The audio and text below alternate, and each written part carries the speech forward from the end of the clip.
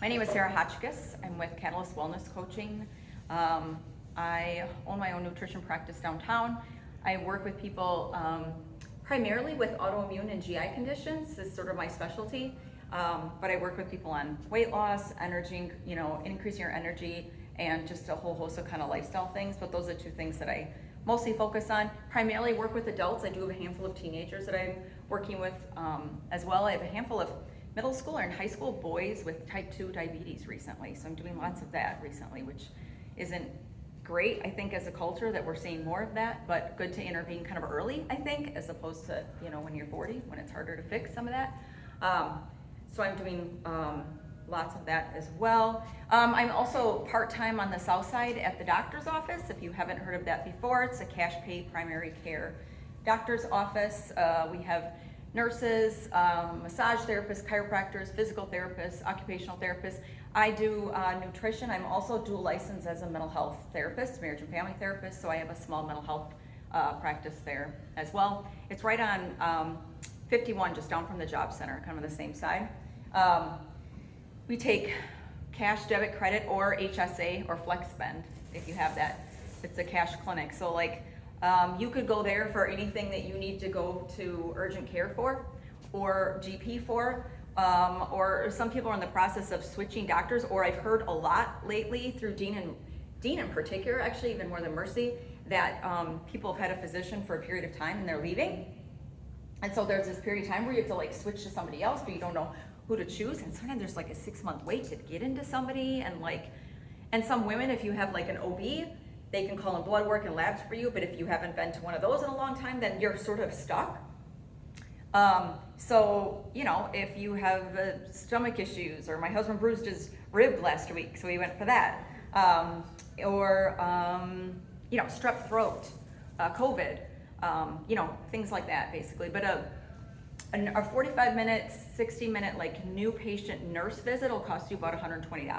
So it's really not bad. And for some people, depending on what your deductible is and your copay is, it's a great deal. So that's where I go. I work there already, so it's a nice perk. So that's kind of other piece of me as well. My primary office is downtown Janesville, right in Studio 107, across from the bank that's going to be the Children's Museum in 2024, if you haven't heard of that. The Sugar Exchange has now moved from where they were at the Bodacious shops in early 2024. They'll be moving 3 doors down for me. 3 doors down from my nutrition practice. Really bad location, maybe. And then I have 808 cheesecake there too. So I need to get a produce stand or somewhere in between to head people off. So it's funny when people ask where I am, I will say Studio 107, not everybody knows where that is. So I'll say 808 cheesecake. Oh yes, we know where that is. So today, the next 3 months, I'm focusing on hormones overall. But it's really hard. They all intersect. And it's really hard to come here in an hour and talk about all the hormones. So I just wanted to break it down, kind of what I'm doing in September, October, and November. And then December, I never talk about anything too heavy. I'll go online a couple things, but nobody really cares about nutrition in December. People always wait till January. So I've learned to just scale back in December. So today I'm going to talk about primary sex hormones: estrogen, testosterone, progesterone, and DHEA. In October, I'm going to focus on thyroid health and thyroid hormones: T3, T4, TPO antibodies, TSH, things like that. I won't be here speaking about that. I'll be online, and I believe I may be at Flow & Co. Thank you. That's my mini-me. So thyroid in October. And then in November, I'll be back here talking about cortisol, HPA axis dysfunction, and adrenals. So that's near and dear to my heart because I've struggled with that for years as well. So all of these hormones intersect with each other, and so you'll hear me talk a little bit about each of them, but primarily I'm going to focus on sex hormones with both males and females today. Okay, let's dive in then. What I'm going to talk about mostly is what happens when these hormones are off balance.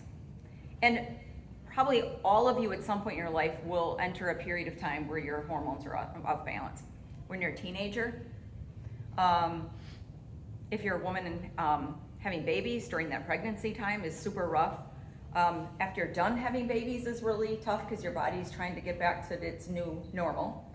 And then you got perimenopause, and then you got menopause, and then for guys you have that transition approximately around age 40, but it varies where your testosterone sometimes drops. And so that can cause kind of a whole host of issues too. What I'm mostly going to address today, I'll talk a little bit about HRT, hormone replacement therapy, and where you can go for that. But I'll mostly address today is nutrition, lifestyle, and supplement interventions to keep your hormones balanced. Sometimes you can do all the right things and they still might be off balance, and it's not your fault, it's just something that's happening with your body, and sometimes it's easy to fix. That's when we can enter hormone replacement therapy, or you may choose to just leave it and deal with the symptoms, and that's okay too. You know, it just depends. Everybody's body is different, everybody's genetics is different, and so it varies. I would say most of what I'm talking about today will probably hit those of you who are 40 plus, but not necessarily. Like I said, depending on what stage of life you're in, your hormones can be unbalanced at any time. So today I'm also going to talk about how and where to get hormone testing. If you want a baseline, if you've never done it before and you're just curious, maybe you feel fine and you just want to get baseline.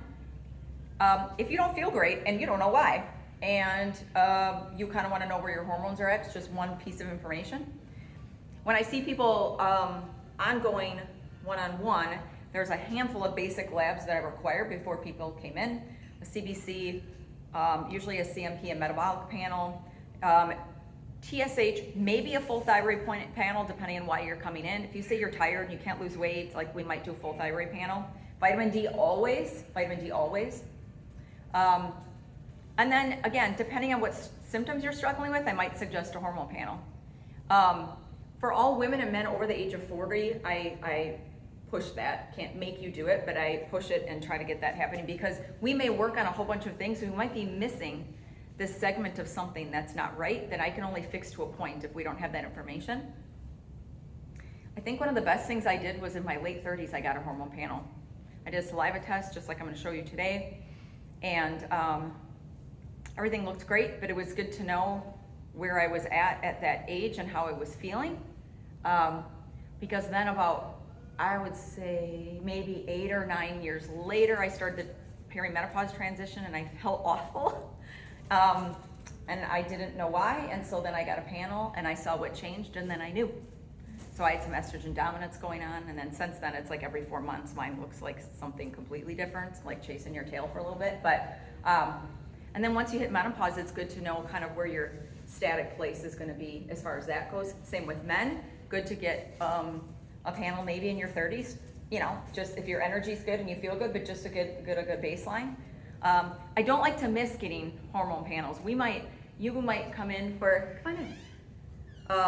you may have autoimmune stuff, you may come in for GI stuff, you may have significant weight gain or loss, and you don't know why.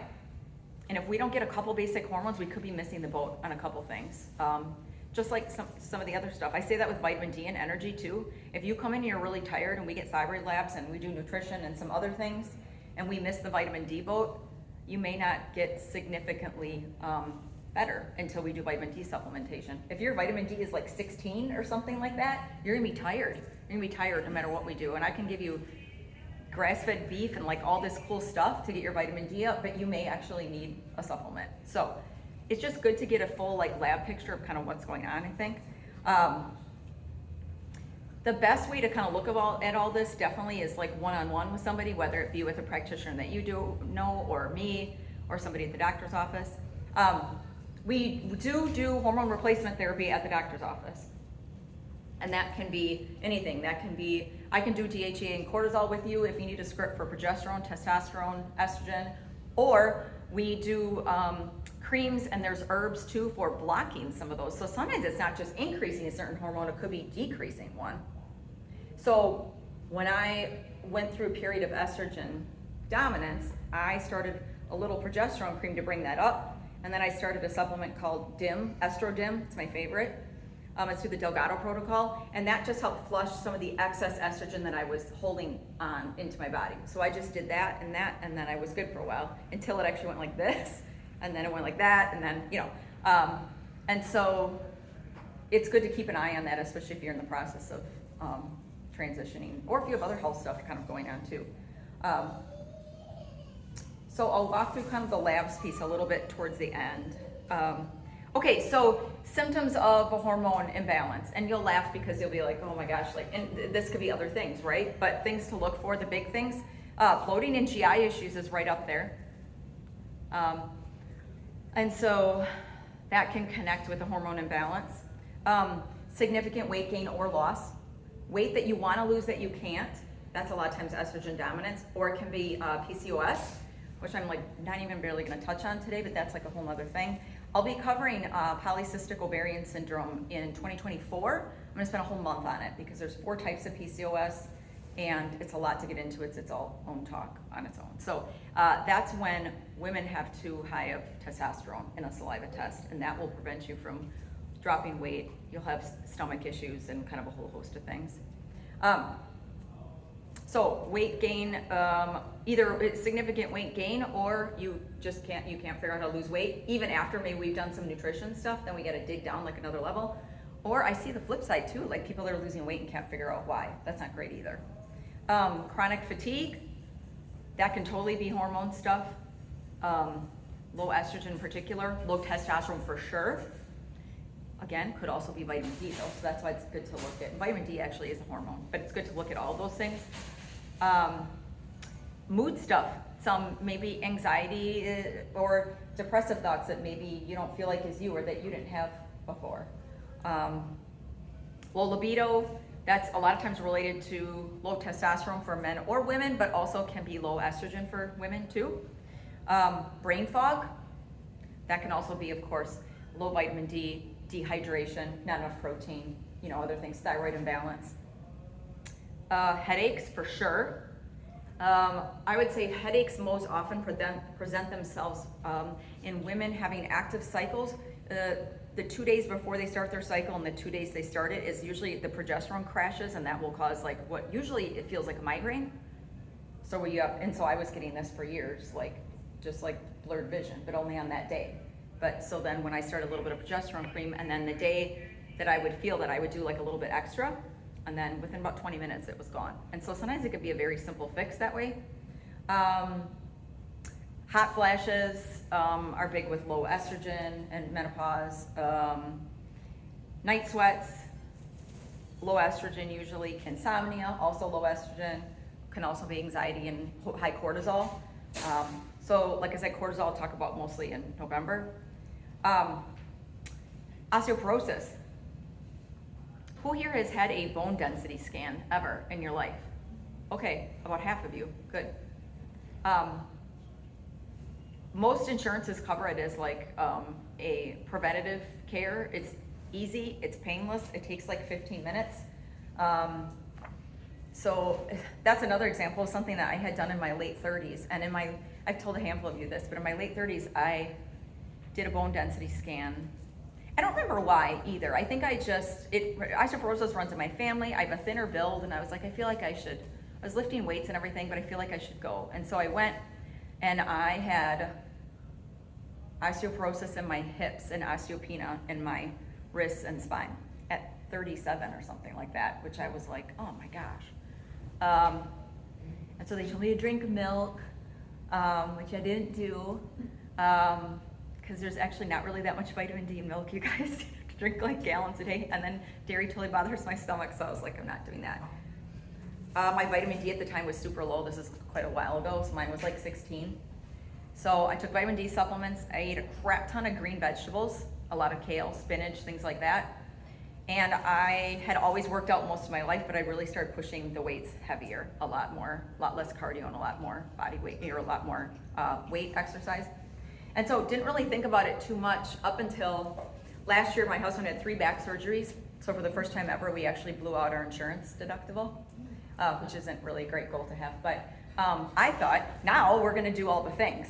So I'm like, well, you have to go and get your colonoscopy, and you need a prostate screening, and I'm gonna go get my bone density test again, and we're gonna do all, it's you're gonna run all the labs, and we met it, he had 3 surgeries, but we blew it out by the 4th of January, because 1 surgery once at back surgery at Mercy is quite a bit.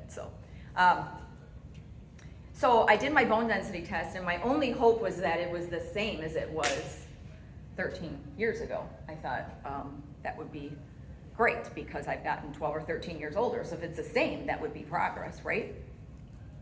So I did it, we're going through it, whatever. And so I don't think they're supposed to show you the results at the end because somebody has to interpret them. But the gal who was doing it was like, oh my gosh, this is pretty crazy. Come look at this. So I came and I'm sitting by her computer and I'm looking at the analysis. And of course I asked if she can print it out. She's like, no, somebody has to read it first. So like I couldn't take it with me. But I had reversed all osteoporosis and osteopenia in my whole body 13 years later, which is crazy because I got 12, 13 years older from doing some of those things. So age doesn't matter. Just because you have a certain thing in your 20s or 30s doesn't mean you can't actually feel better in your 40s, 50s, 60s, 70s. You totally can. And so that's just an example of that. And that's why an example of just labs in general are kind of a good idea too. So thinning hair, that can be PCOS or high testosterone. That can be low estrogen too, varies, men and women. So let's do just kind of a brief overview of these 4 sex hormones and just kind of what they mean. So estrogen is produced by both men and women in the ovaries and in the adrenal glands. And so symptoms of low estrogen, I covered a couple already, include decreased libido, fatigue, weak bones. What I had this for a little bit, trouble finding words. Any of you women in here who have low estrogen where you're just like, nouns, it's usually nouns where you're like, bull. Yes, that's what that is. You just can't and it's irritating. It's very irritating because you know it in your head, but you can't get it to come out of your mouth. Your hourglass spins on the computer. Right. Spins. Right. That's what it is. Right. It's there. It's in there somewhere. You can't find it. So trouble finding words.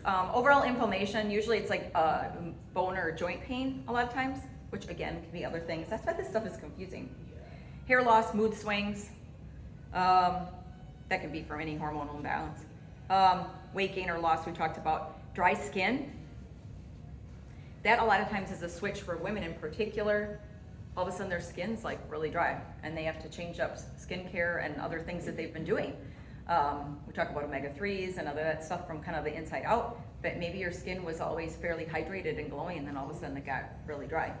I don't remember what I was using on my face as a teenager, but it was something awful. It was something with alcohol in it or I don't know what it was. But I remember I don't know, but it was something whatever, because my face is oily. And I remember my mom, I don't know, she's maybe 50 or something at the time. And I remember her walking in and she was like, someday you won't have to worry about that, or your skin will be dry or whatever. Because I think she was just starting that menopause transition and her skin was all dry and she couldn't possibly hydrate it enough. Migraines in particular. So I say headaches overall, but migraines in particular a lot of times come from low estrogen and low progesterone. Excessive amounts of estrogen, bloating, breast tenderness, and inability to drop weight, especially when progesterone is low. If your estrogen is higher, but so is your progesterone, it's actually usually less of an issue. This is all about patterns and balance, not as much the actual numbers. It's kind of where everything is in relationship to each other and what your patterns are. So I usually, I can run my own lab, so I previously was doing about once a year. Right now, because I'm in this weird, funky menopausal transition, and I'm dealing with PCOS right now, actually, every 4 months I'm running mine. And so more so, one of the things that I look like, I meant to bring mine too, so you guys could look at what it looks like.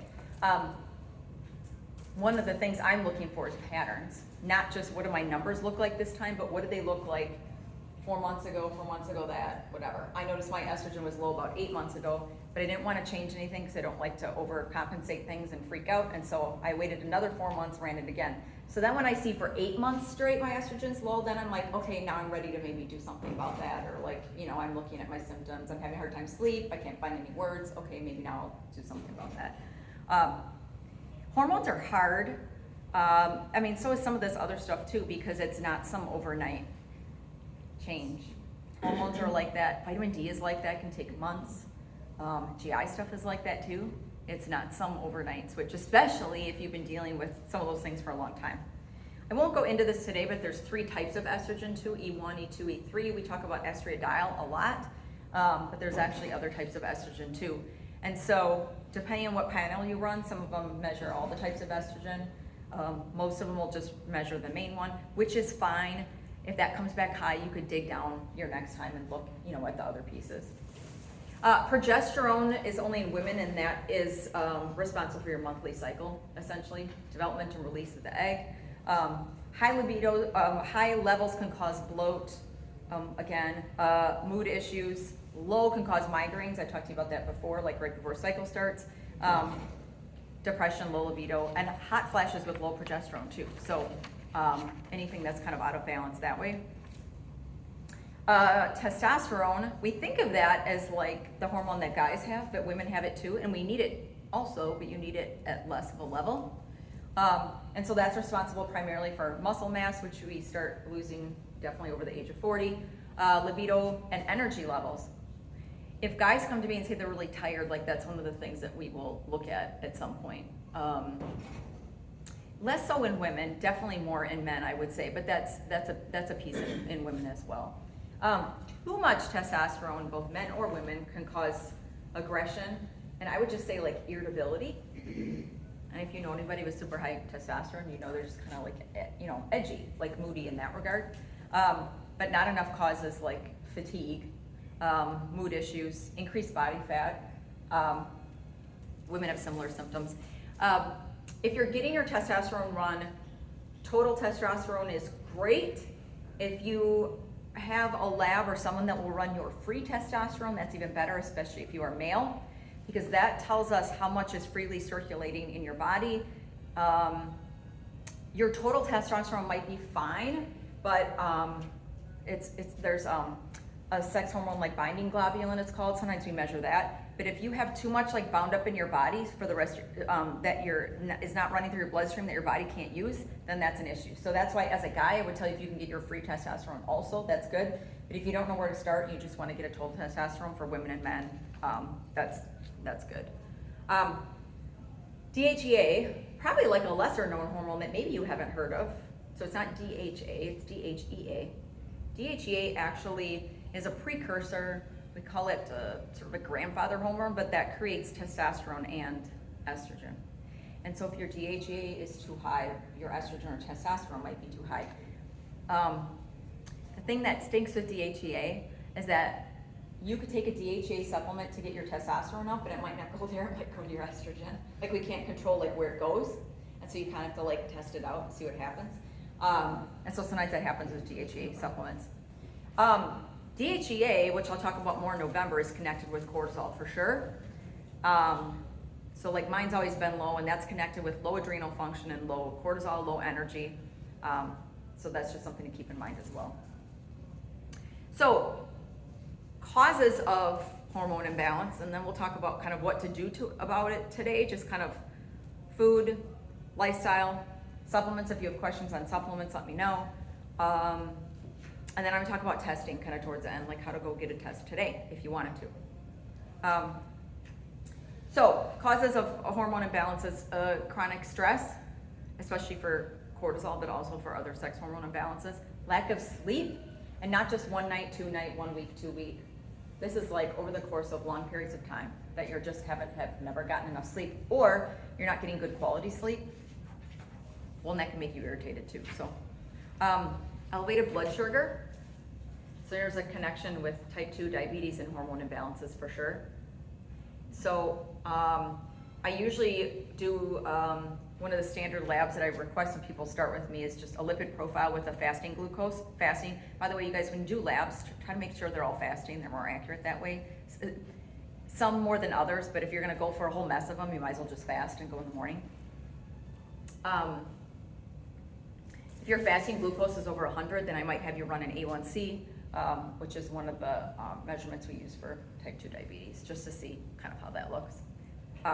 I told a couple of you this story, but I had a lady once that she didn't come in for weight loss at all. She didn't need to lose weight. She had some energy things, and she brought in all her labs.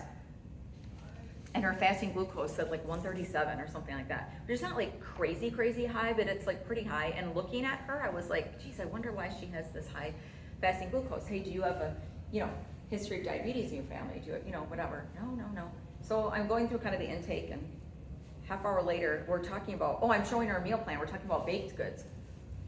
And I showed her a cranberry muffin, and she was like, oh yeah, that looks like the blueberry one that I had the day I did the lab.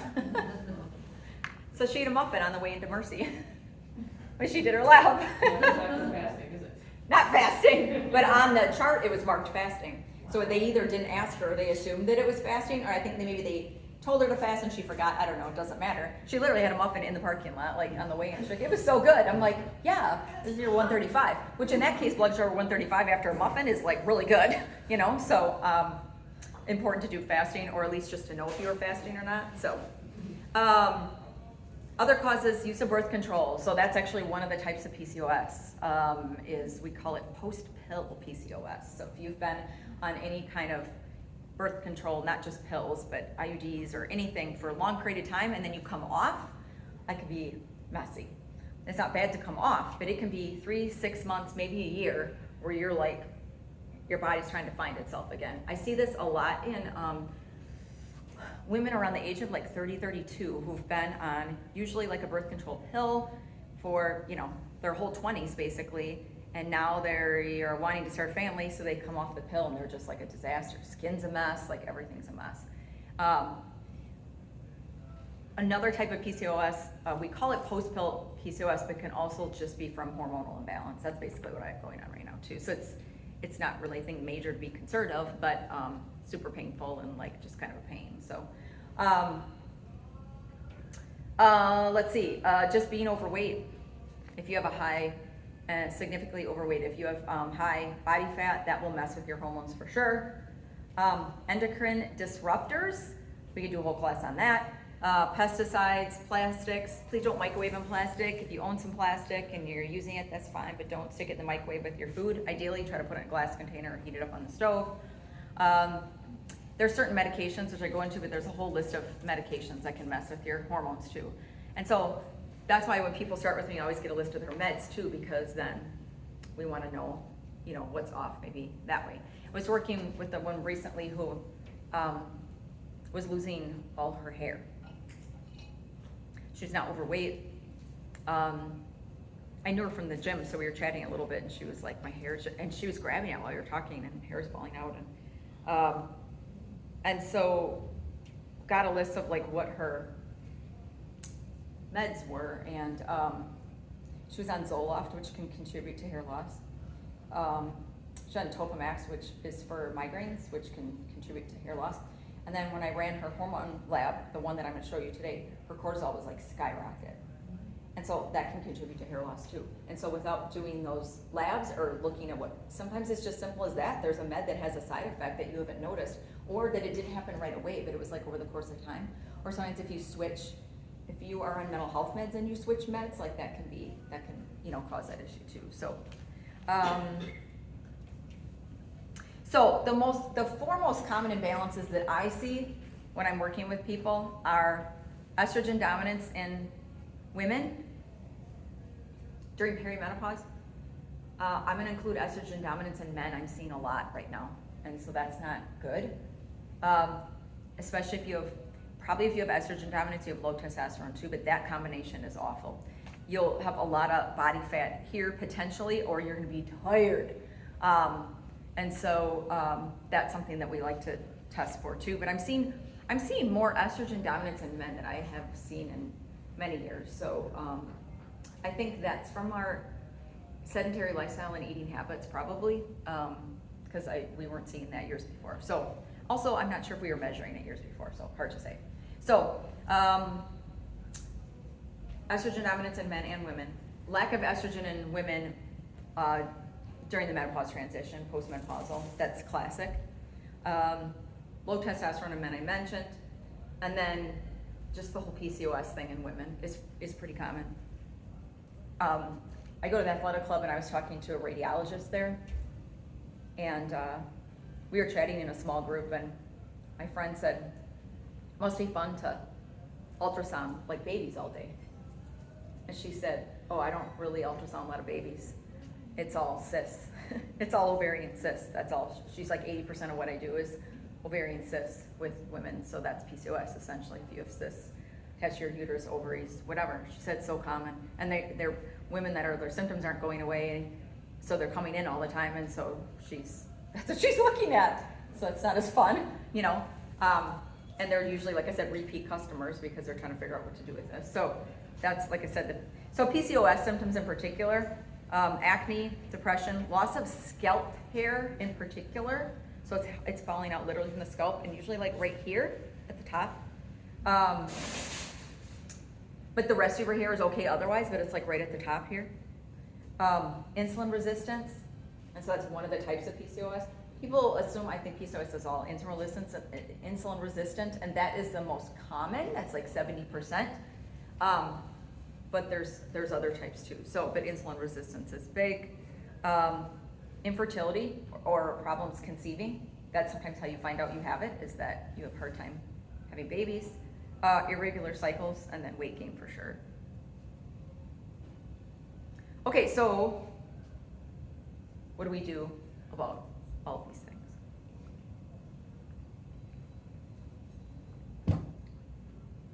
You'll notice that if you've been to some of my other presentations before, that there's overlap in some of the suggestions that I'm giving you, which in my mind is great because you can do some of the same things and, you know, fix lots of things. Number one, eat some protein. Eat enough protein. That's probably the number one thing that I see when I get food journals from people or diets from people, that people aren't eating enough protein. So I suggest 1 gram of protein per ideal body weight. Maybe not currently what you weigh, but your ideal body weight. I usually don't have women going too much over 150 or 160 grams, not because your ideal body weight as a woman couldn't be 180, 190, 200, but it's just functionally hard to get, especially if you're in a calorie deficit. If I have you in a gentle calorie deficit at 1,500 calories, getting more than 150 grams of protein is just gonna be like gross. You're just gonna like eat chicken all day and nobody's gonna follow through with that. So I try to keep it real balanced. I get about like 140 grams, but it does maybe a little more, but it does take some thought each day of kind of putting that in. I think the issue for most people is usually breakfast. You know, you're grabbing a bagel, pastry type thing. I'm looking at you, I think Cheerios. Like Cheerios with blueberries, right? With blueberries, yeah. Put whey protein in your cereal. Yeah, you're right, yeah. So not bad, but like, if you're not getting that protein the rest of the day. What I do tell people from a digestion standpoint too is to not try to get all of that or half of that in 2 meals. It's hard to get that in like 2 meals. So if you spread that out over 3 or 4, sometimes that means maybe a protein shake. I meant to bring the ancient nutrition one in. There's a couple really good ones. I highly prefer the bone broth one. It's got a really good amino acid profile. Unless you have histamine issues or you're allergic to bone broth, which is pretty few people, most people tolerate it very well. I use it with people for autoimmune conditions, and I use it for all my GI people, unless you have histamine issues, because it's hydrolyzed and it's really easy to digest. I prefer animal-based proteins over plant. There's some decent plant-based proteins out there that you can get too, but then they'll be missing a couple of those 9 amino acids that you really need. There's egg white protein, there's whey. I'm not a huge fan of whey from an inflammation perspective, but if it works for you, that's okay too. So protein, 1 gram of protein per ideal body weight, and then, so if you worked with me before, I say protein and produce all the time. So that's like primarily some lean proteins, which don't all have to be animal proteins, but, and then veggies and fruits, and that should be like 70 to 80% of your diet.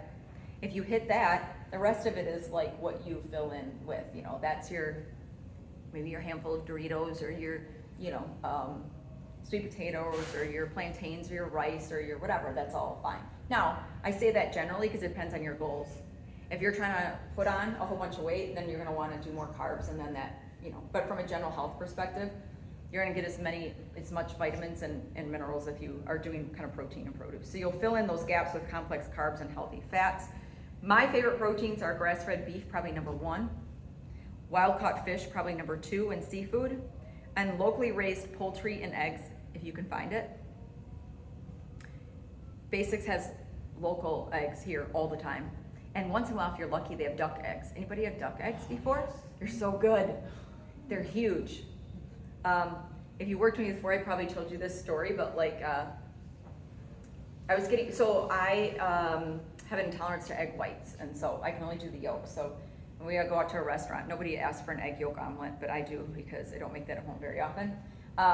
And I try once a year, actually usually around the first of the year, I try egg whites. Every year I try egg whites just to see what'll happen, and then every year I just feel like crap, so I stopped. But I, for a while, was doing duck eggs because a lot of people who have issues with chicken eggs don't with duck. And so I did better with duck, but still not like good enough.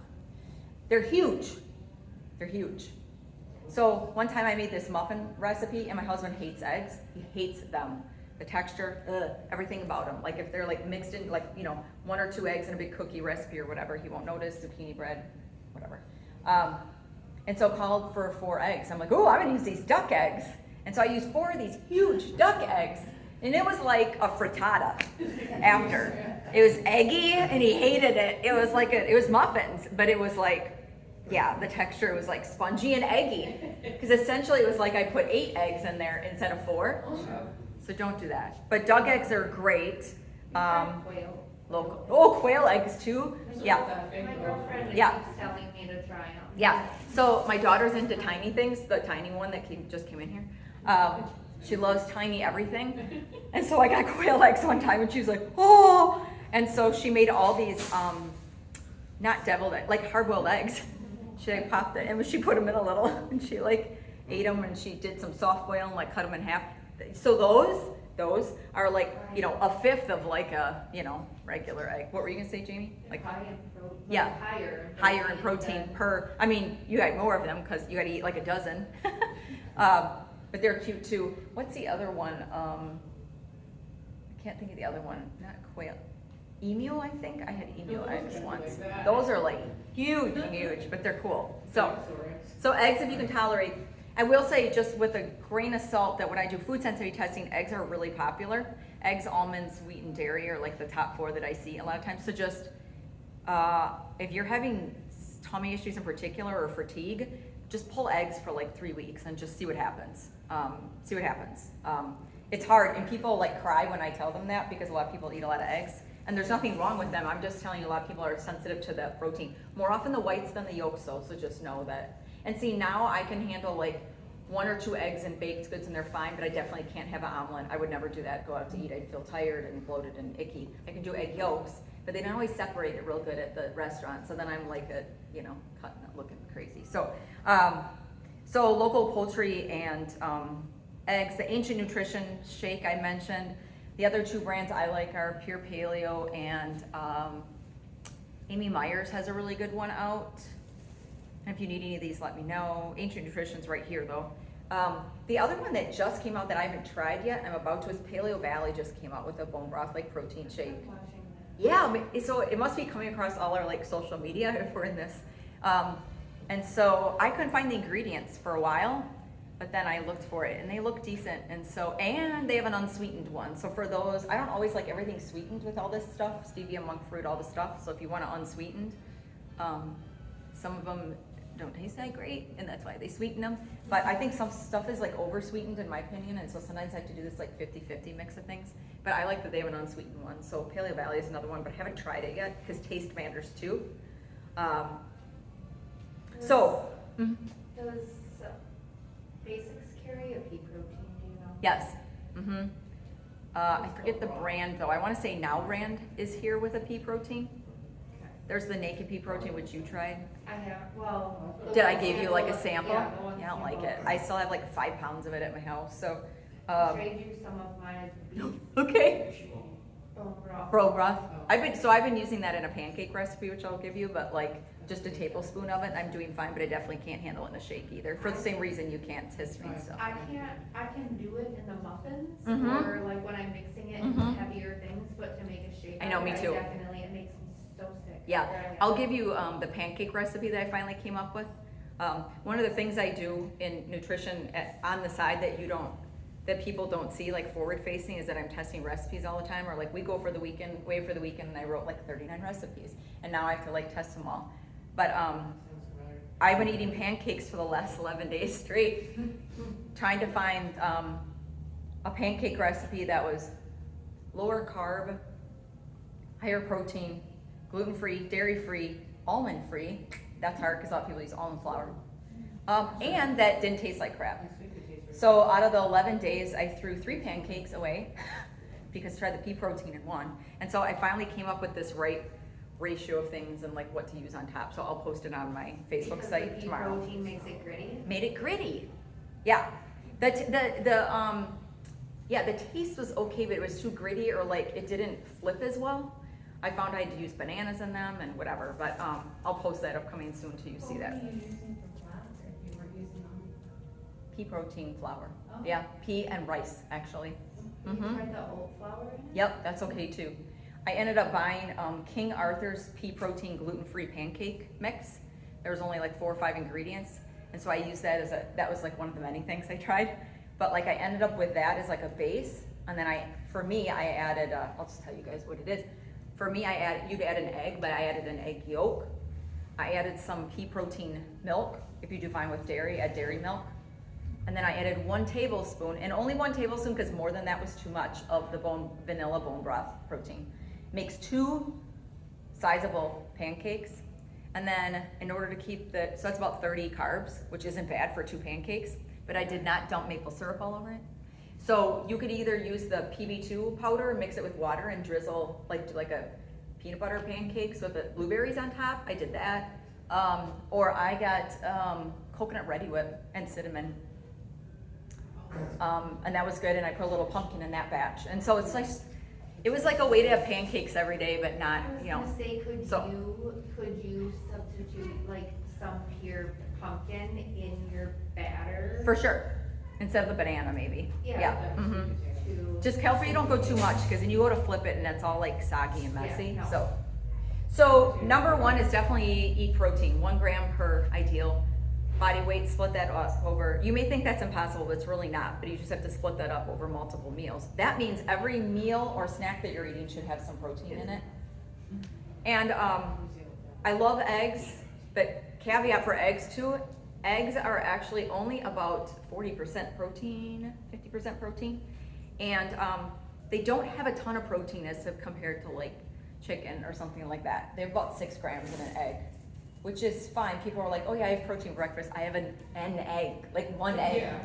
I'm like, okay, well I want you to have like 35 grams, you're gonna eat 6. So who's gonna eat 6 eggs, like most of us? No, probably not.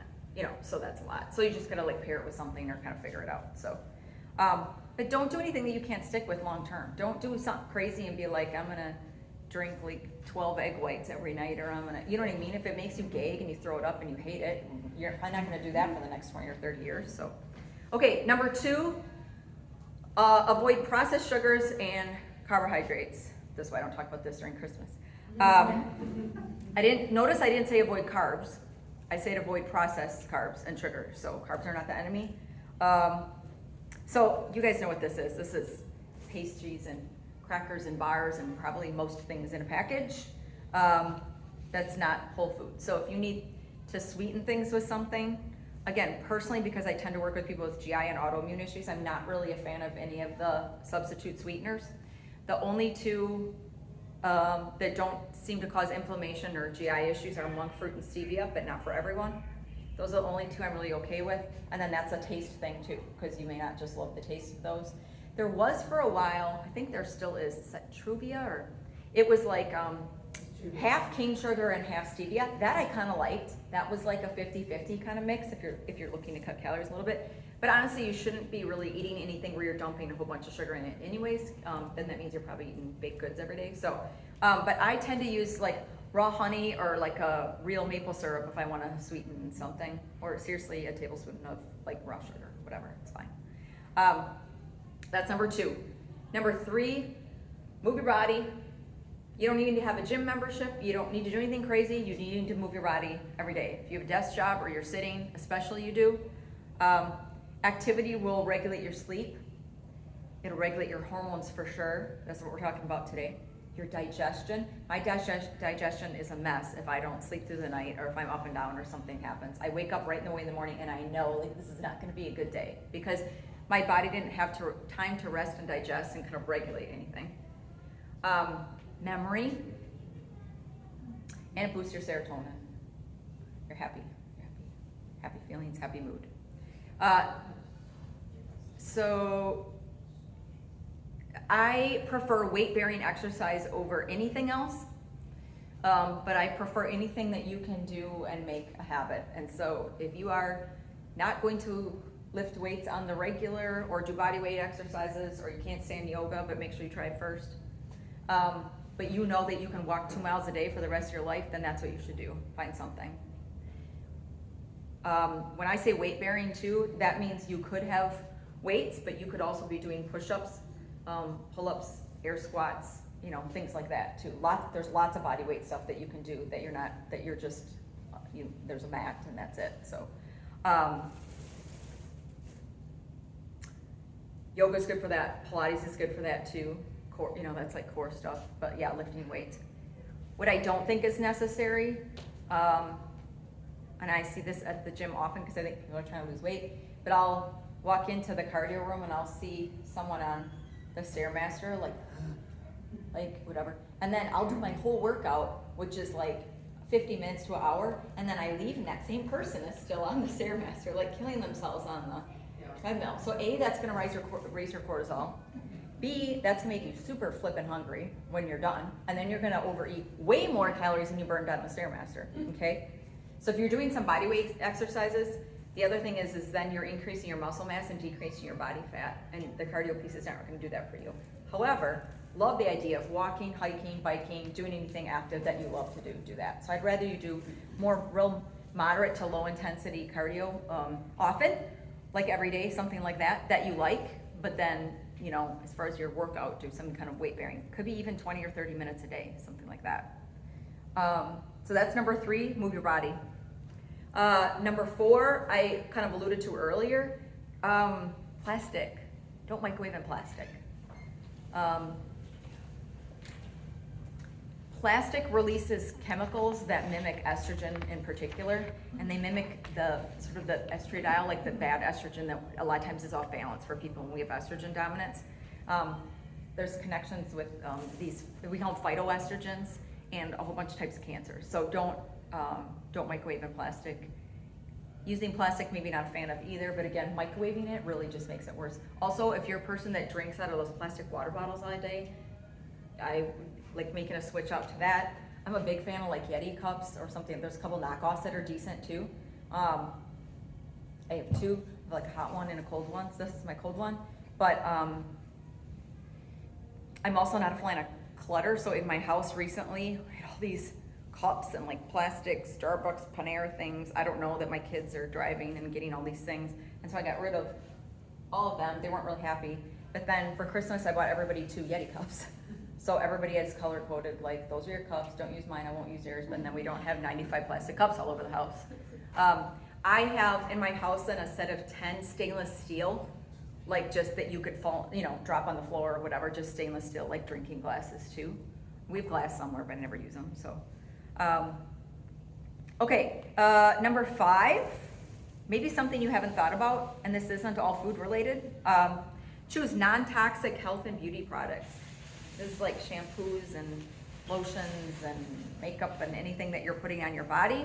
I'm gonna give you 2 apps today that you can look up the products that you already own. I did that for a while, I got real, and I started and then I couldn't stop, so I was like going around my bathroom and looking at all this, you can picture it. I'm like, ooh, yeah, that's good. And most of mine were good, but not all of them were, so I ended up switching like slowly to some of this stuff. The Environmental Working Group has a whole bunch of subsections on their website on this, but one of them is, so it's ewg.org/skin deep. It's all health and beauty products, shampoos. I think they even have toothpaste on there. And so go ahead and just in the search bar, put your shampoo in there and see what happens. They're rated on a 1 to 10 scale, basically green to red. So like 10's red, bad, and 1's green. So What I did when I was looking to start over with just like lotion, shampoos, and conditioners at one point, this is a few years ago, is I just went on there and wrote down all the green ones. And then I searched for what I could find locally or on Amazon or something like that that wasn't pricey.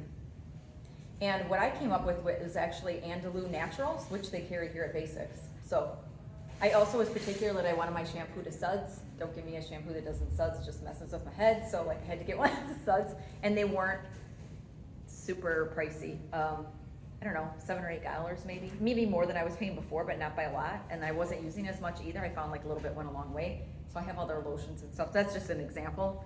You don't have to feel like you gotta do this all at once, by the way, either, you guys, but it's just like little by little, these are little things that you can do. The other app that maybe some of you have heard of is the Yucca app. Y-U-C-A. And if anybody wants to look it up while you're sitting here, tell me if you find it. So it's just Yucca. It's an app. I believe there's a free 30-day, and after that it's like $10 a year or something, like really cheap. You can scan food in that one too. So that's food and skincare products. Do not let these apps though or websites drive you insane with every little thing, and like you know, just finish up the lotions you have and try to move on to something else, you know. So one thing at a time, and don't feel like you gotta change everything at once, because this stuff can get in your head a little bit, and we don't want that either. So just take it with a grain of salt a little bit. What did you say, Y-U-K-A? Y-U-C-A. Mm-hmm. Like like yucca root, basically. Got Y-U-K-A, which Is it? dirty. Hang You on. got a carrot? There it is. Yes, it's got a carrot. It's Y-U-K-A. Oh, K-A, never mind. Food Y-U-K-A. and cosmetics. Yeah, mm-hmm. I'm like, Food and I couldn't- cosmetics. That's why I asked, because I'm like, I can't find it. It keeps pulling. You know, I wrote down K-A and I said C. Yes, Y-U-K-A, sorry. It's a carrot. Mm-hmm. So many personal care products use parabens and just hormone disrupting chemical crap. And so the less that you can use of that, the better. So that's number 5. Number 6, sleep. Sleep well. If you're not sleeping well, figure out why you're not sleeping well so you can sleep well. That includes being able to fall, can you know, this is one of the questions I asked in my intake, but like, how long does it take you to fall asleep? If it's less than a couple minutes, that's not good. That means you're exhausted. If it's more than 30 minutes, then you probably got issues too, and you're like staring at the wall or counting sheep. So somewhere in that 5 to 30 minute time. You know, I don't know, I think we make this assumption we're supposed to like fall asleep like right away either. It is fairly natural for it to take 20 or 15, 20, 25 minutes to fall asleep. That's okay. There's things you can do to fall asleep better, and sleep routines, screens, you know, the temperature in your room, noise, all that stuff. I gotta kick my cats out, like, you know. But while you sleep, your hormones that balance your immune system, your digestive and GI system, and your hormones, they're all working while you sleep. So you have to sleep enough, you have to sleep long enough, and generally uninterrupted. If you get up during during the day or during the night to like go to the bathroom once and you can fall back to sleep pretty easily, not a big deal. A lot of you have like dogs or pets you have to let out at like 3 a.m. they decide they have to go, that's fine. But I'm talking like, I talk to a lot of times people who are like, well, I usually see one or two things. Yes, I can fall asleep okay, but then 1 in the morning I'm like up for hours, you know. So again, a lot of times that's low estrogen too. That could be high cortisol too. Or I hear people that say, I mostly can sleep through the night, but it takes me hours to fall asleep, which just drives you insane. And so I see that too. I have a handful of like supplements I use for all this stuff too, but I won't go into that. But like if your cortisol is high, I might use a cortisol manager. I love GABA. It's a neurotransmitter I use for people instead of anti-anxiety drugs. You don't have to have anxiety to use it. 750 milligrams before you go to bed is a lifesaver sometimes to help you fall asleep. GABA. I can do neuro testing if anybody's interested. I do that on mental health clients. I've done it on myself. When I thought I was going crazy going through menopause, I did neuro test myself. And so GABA is really good. It's not gonna knock you out like a Benadryl. It's not like that. It's just like a brain dump. So if you're someone that seems to like vacillate before you go to bed, or you're just kind of thinking of a lot of things, it's a great way to help you fall asleep. So that's number 6. Number 7, no one likes this one. Manage stress. So I didn't mean dump your stress or that you're not gonna have any, but you really gotta figure out a way to be able to manage that. If you are on all the time and you're just like, "Ugh," just you go to work and then you do this and then you don't really have a lot of downtime, and there's seasons of life where you're doing that, and that's okay. But if you've been doing that for a long time, slowly that's going to eat away at your hormone balance, and your cortisol will probably be sky high. High cortisol is one of the number one reasons for inability to lose weight and inability to sleep, especially to fall asleep. And so if you have that, that's something to run a lab on too. Chronic stress impacts not only the cortisol, but you're insulin resistant. So the crappier the sleep, you'll probably have a harder time losing weight because you're going to become more insulin resistant. And so then, especially if you have a higher carb diet, like that's just all going to get messy together. And so that should decrease inflammation too. So sleep is good for everything. When you talk with some of the most successful, healthiest people, they prioritize sleep over everything else. And you probably don't think they do because you're like, oh my gosh, they're doing all this stuff when they're up at 5 a.m., but they don't tell you they go to bed at 8:30, right? So sleep. Number 7, or no, that's number 7. Number 8, I say this all the time with everything, and short and sweet, eat whole foods, don't eat stuff in a package. But I just covered that, kind of like your lean proteins, your fruits and vegetables, maybe some nuts and seeds. My favorite oils and fats are probably avocado oil, extra virgin olive oil, coconut oil, the natural fat that you might get from meat, coconut. You shouldn't need to like add a ton of fat to your diet. Some people are doing maybe keto, you think you have to add a whole bunch of fat. Generally, you don't have to add a lot of fat, especially if you're eating some of those proteins. They're sort of salmon. I mean, it's like naturally occurring, so it's like the little drizzle of olive oil that you do for vegetables or whatever is probably fine. You don't need to go making fat bombs or things like that. Number 9, if you are on birth control or you want to be, explore the use of non-hormonal birth control methods, which I won't go back into today, but there are other ways to do that other than using synthetic hormones that can mess with your body long term. 10, fairly obvious probably, maintain an optimal body weight. If some of this other stuff is messed up, you might not be able to, so then again, you gotta get to root cause, which is what it's all about. And the last one, 11, is basically just figure out what your hormones in some of your labs are. Just figure out where you stand, and then you don't know what to change if you don't know what's going on, kind of from the inside out. And so, depending on what insurance you have, most of those will cover. In my blog this month is a lot of all of this topic, and then I have live links to the labs in the blog that you can obtain, lab tests that you can have kits sent to your house and test at home. And that's what I'm gonna go through with you now today. A lot of the basic labs I talked about today, you can get done at your doctor's office. It's not a big deal. I'm a big fan of saliva hormone testing over blood, though. It tends to vary a little bit less. It tends to be a little bit more accurate, just from my training in hormones. You can get a blood panel and it may be covered by your insurance. You can look at that, but know that it might look different in your saliva panel, and that might drive you insane. And so try to get one and stick with one. Cortisol testing really is best via saliva. Some doctors will do a blood cortisol test, but they'll do one at whatever the hell time you went in at 2 o'clock, and then that doesn't really tell me anything either. So if your cortisol was low at 2 o'clock, it tells me your cortisol is low at 2 o'clock, but I don't know what it's doing the rest of the day. So I don't really want to put you on an adrenal supplement, like a stimulant per se, if your cortisol is high after 2 o'clock or before 2 o'clock, because then you're going to be agitated and you won't be able to sleep.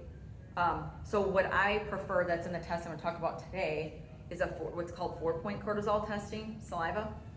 And that's where you will basically, you get this kit. I have one today at home, actually. I have to do it Monday. You try to do it on a typical day. So don't do it in a day where your sleep is wonky, or do it if you work during the week, do it on one of those work days. So you do it, you'll spit into a tube right when you wake up, literally within 5 minutes. You roll over, drink some water. You can't eat or drink before it other than water. Can't even brush your teeth, so just no lipstick. You don't want to mess with what's going in that tube. And then you do another saliva sample at 1 or 2 in the afternoon, another one at 6, before dinner or something like that, and then one literally right before you go to bed.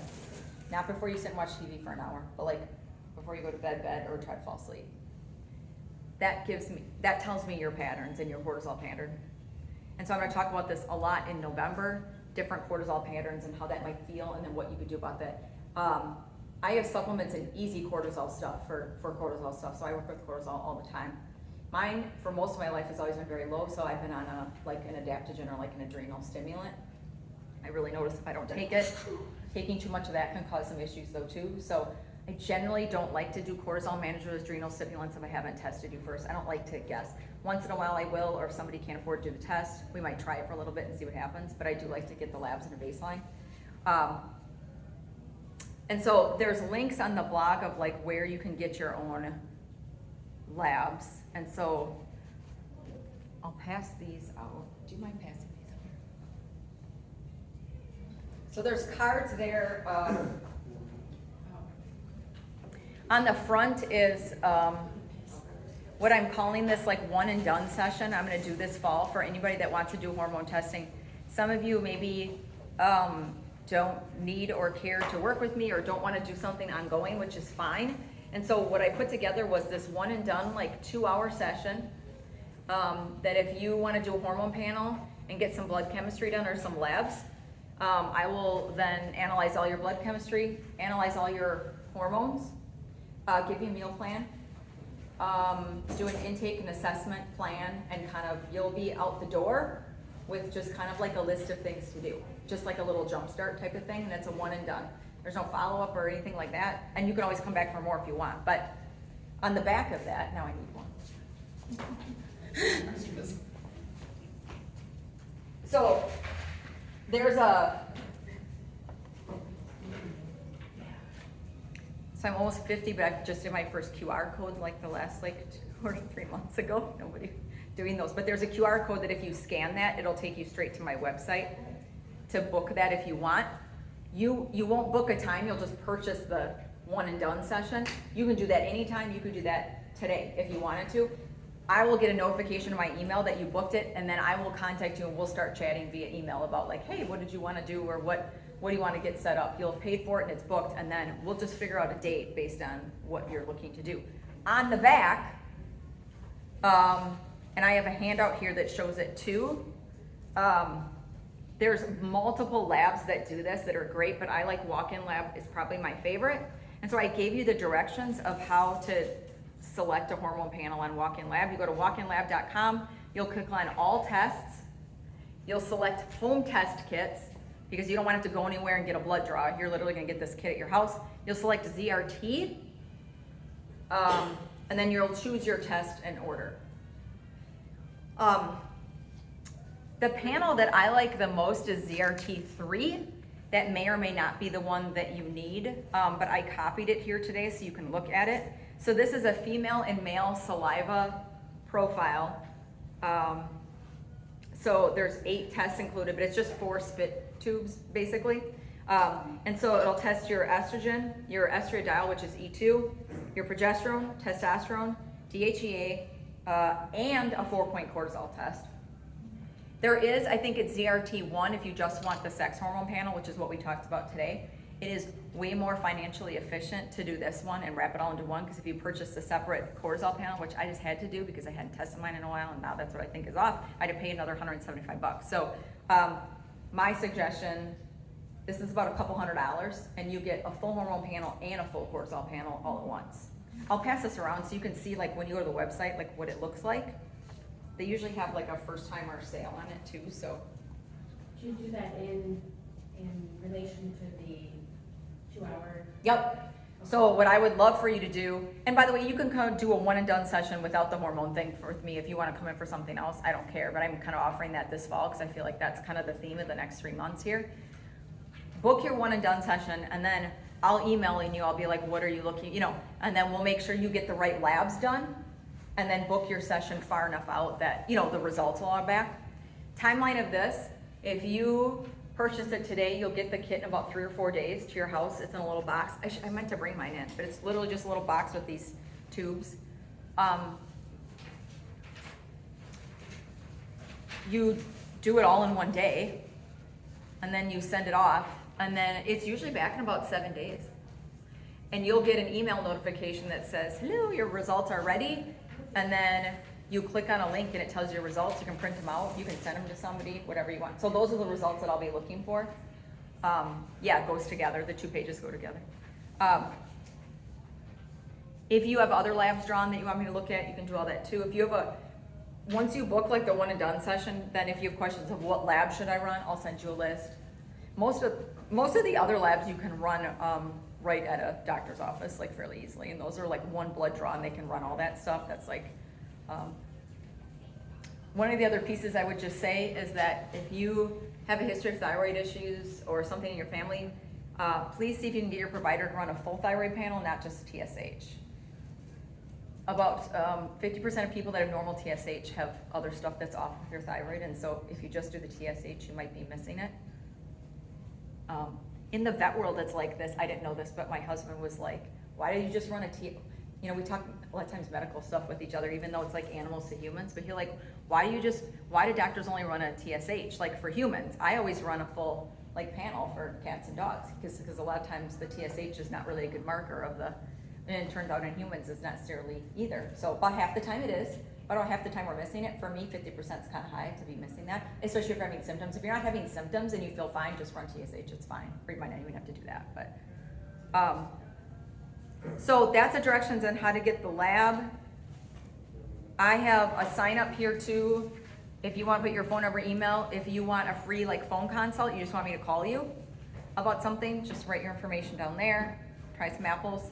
Let's take just a few minutes for questions, maybe like 5-7 minutes if there are any.